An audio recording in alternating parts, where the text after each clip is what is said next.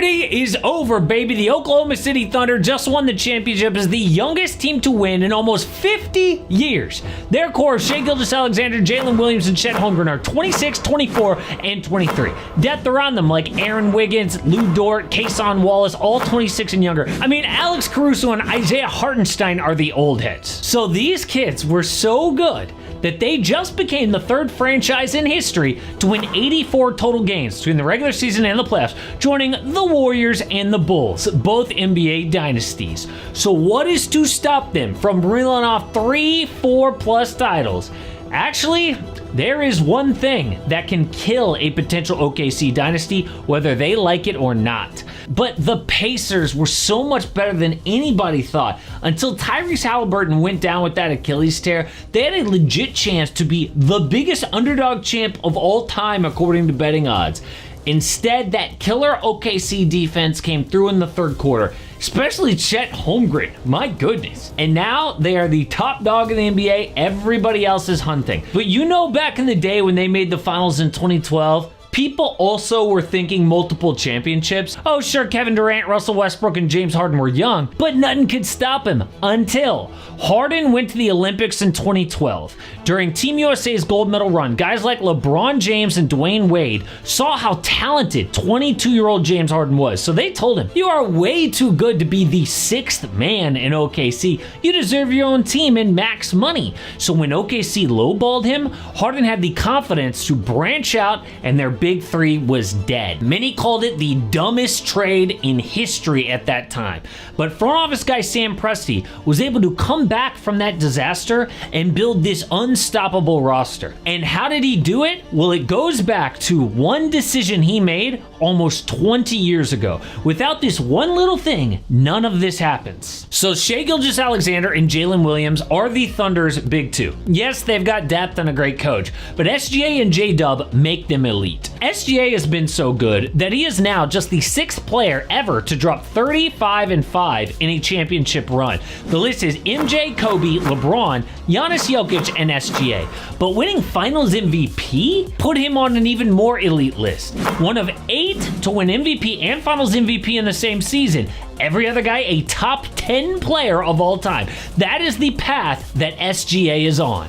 But every Michael Jordan needs a Scottie Pippen, and that's Jalen Williams. Even Scottie said, "I see a lot of me in him for sure, and I don't even want to put a cap on him to say that he's going to be me. I see him being greater," which is insane to say just a few weeks ago. Why? Because in last year's playoffs, a big reason that the Thunder lost in the second round was J-Dub's inconsistent play. But this year, the Thunder could count on his game every night in big moments. Like Game 5 of the finals, the Pacers had been pressuring SGA full court, which made him really tired, especially by Game 3 when the Thunder lost. So in Game 5, J-Dub took over. He took the ball so SGA could play off ball. Dub scored 40 points so SGA was fresh to close the game. And a lot of stars don't have that from their number 2. Like Jokic, are we sure that Jamal Murray is going to step up every single night? Or Ant's number 2 or Steph's number 2? Not a question at OKC anymore. But the crazy thing is they got SGA and J-Dub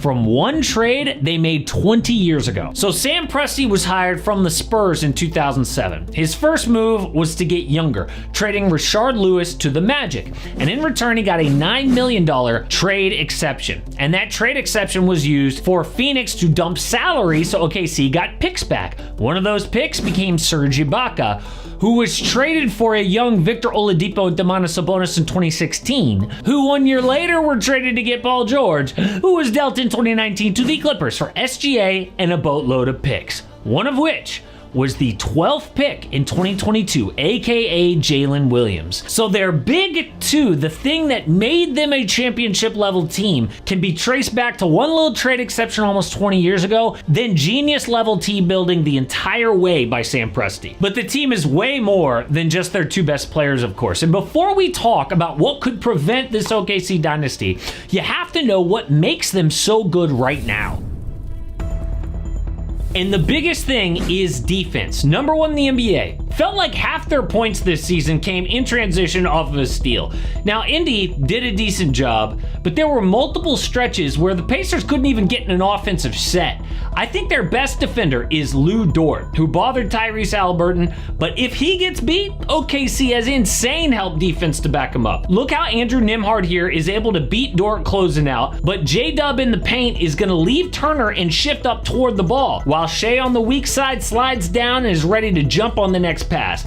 Alex Caruso might be the best off-ball defender in the league. Pascal Siakam attacks, but Caruso out of nowhere blows up the play. It's like their team plays with one mind. Actually kind of scary. Watch Siakam drive. All 4 Thunder defenders collapse to the paint. Then once he picks up his dribble, they immediately shoot back to the perimeter and guard their man. Kind of creepy. But you ain't safe in the paint either. OKC has 2 legitimate defensive bigs in Chet and Isaiah Hartenstein. Now on offense. Rick Carlisle of the Pacers is a brilliant coach, and his plan to pressure Shea worked in Game 3. So there were legit concerns about SGA going into Game 4, but the adjustment was to put the ball in J-Dub's hands, and he met the moment. Dub showed that he can both get ahead of steam going downhill, and he can score in the half court off pick and roll. So with SGA fresh, he showed maybe the best one-on-one scoring in the league.